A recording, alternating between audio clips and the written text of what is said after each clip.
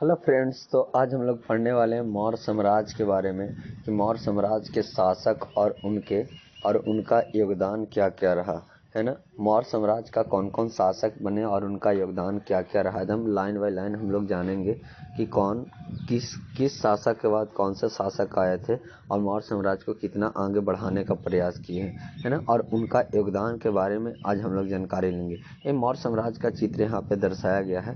तो चलते हैं, स्टार्ट करते हैं। मौर्य साम्राज्य के शासकों के बारे में जानकारी लेते हैं। मौर्य साम्राज्य के पहले शासक थे चंद्रगुप्त मौर्य। मौर्य साम्राज्य के शासक थे चंद्रगुप्त मौर्य और इनकी शासनकाल 321 से 297 ईसा पूर्व तक रहा है। यानी पूछेगा आपसे कि मौर्य साम्राज्य का सबसे पहले शासक कौन था। यह मौर्य साम्राज्य की स्थापना किसने किया? तो चंद्रगुप्त मौर्य ने किया। इनकी शासनकाल 321 ईसा पूर्व से 297 ईसा पूर्व के बीच रहा है ना। और इनका योगदान क्या क्या रहा है ना। चंद्रगुप्त मौर्य ने अपने जीवन में क्या क्या योगदान दिया है। तो कहता है कि नंद वंश को उखाड़कर मौर्य साम्राज्य की स्थापना की, है ना, और साम्राज्य का विस्तार किया। चाणक्य के मार्गदर्शन में एक केंद्रीयकृत प्रशासन की स्थापना किया और बाद में जैन धर्म अपना लिया और अपनी गद्दी त्याग दी। यानी पूछेगा आपसे कि चंद्रगुप्त मौर्य जो है वो 321 से 297 ईसा पूर्व तक अपनी शासन काल में, है ना। और पूछेगा ये भी कि मौर्य साम्राज्य किस वंश को खत्म करके आया था। तो आपको बताना है नंद वंश को खत्म करके मौर्य साम्राज्य की स्थापना हुआ था। और मौर्य साम्राज्य को विस्तार करने वाला कौन से शासक था? तो याद रखना चंद्रगुप्त मौर्य था। और कहता है कि इन्होंने केंद्रीयकृत प्रशासन की स्थापना किया था और बाद में चंद्रगुप्त मौर्य ने जैन धर्म अपना लिया था। ये पूछेगा कि चंद्रगुप्त मौर्य ने बाद में कौन सा धर्म अपना लिया था। तो याद रखना जैन धर्म अपनाया था। मौर्य साम्राज्य के दूसरे शासक हैं बिंदुसार।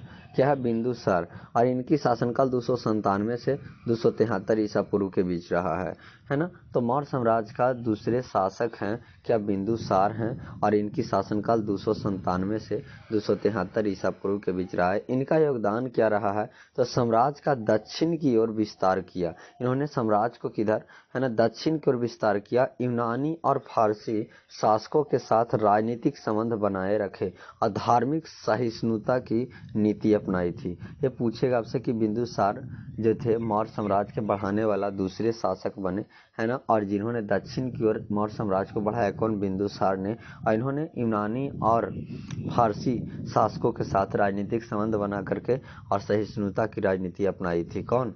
बिंदुसार, मौर्य साम्राज्य का दूसरे शासक। मौर्य साम्राज्य का तीसरे शासक कौन थे? अशोक महान, है ना। अशोक महान मौर्य साम्राज्य के तीसरे शासक थे। इनका शासनकाल 273 से 232 ईसा पूर्व के बीच हुआ रहा था, है ना। इनकी जो शासनकाल है 273, यानी बिंदुसार के बाद तीसरे शासक बने थे अशोक महान। 273 से 232 ईसा पूर्व तक इनकी शासनकाल रहा था। इनका योगदान क्या था? कहता है कि साम्राज्य का अधिकतम विस्तार किया, यानी सबसे ज्यादा अगर विस्तार किया है तो अशोक महान ने किया है। कलिंग युद्ध लड़ा, बाद में बौद्ध धर्म अपना लिया। इनके जो दादा थे, यानी कहने का मतलब इनके पहले जो चंद्रगुप्त मौर्य थे वो जैन धर्म अपनाए थे, लेकिन अशोक ने कौन सा धर्म अपनाया था? बौद्ध धर्म अपनाया था। धर्म को बढ़ावा दिया और स्तूपों और स्तंभों का निर्माण करवाया। बौद्ध धर्म को विदेशी भूमि तक फैलाया। सबसे पहले बौद्ध धर्म कहाँ? श्रीलंका में फैला था, है ना। तो श्रीलंका तक इन्होंने फैलाने अपनी बेटी संमित्रा और बेटा महेंद्र को भेज करके वहाँ बौद्ध धर्म को अपनाने का और फैलाने का प्रयास किया था, है ना। तो याद रखना अशोक जो है कलिंग युद्ध के मैदान के बाद अपनी युद्ध में ही तलवार छोड़ दिए थे और फिर अपना युद्ध करना ही छोड़ दिए। तो याद रखना अशोक कब से कब तक शासन काल में रहा? 273 से 232 ईसा पूर्व के बीच रहा है ना। सबसे अधिक अगर विस्तार किया मौर्य साम्राज्य को तो किसने? अशोक ने। अशोक ने कौन सा धर्म अपनाया था? बौद्ध धर्म अपनाया था। धर्म को बढ़ावा किसने दिया था? अशोक ने दिया था। स्तंभों का निर्माण किसने करवाया था? अशोक ने करा था। बौद्ध धर्म को विदेशी भूमि तक फैलाने वाला शासक कौन था? तो अशोक था, याद रखना। अब बात करते हैं मौर्य साम्राज्य के चौथे शासक दशरथ मौर्य के, है ना। मौर्य साम्राज्य के चौथे शासक कौन थे? दशरथ मौर्य। इनकी शासनकाल 232 से 224 ईसा पूर्व तक रहा है ना। और इनका अशोक की नीतियों को जारी रखा है ना। ये जो अशोक जो अपनाया था उस नीतियों को इन्होंने जारी रखा। बौद्ध संरक्षण पर ध्यान किया, है ना। बौद्ध संरक्षण पर क्या क्या ध्यान किया है?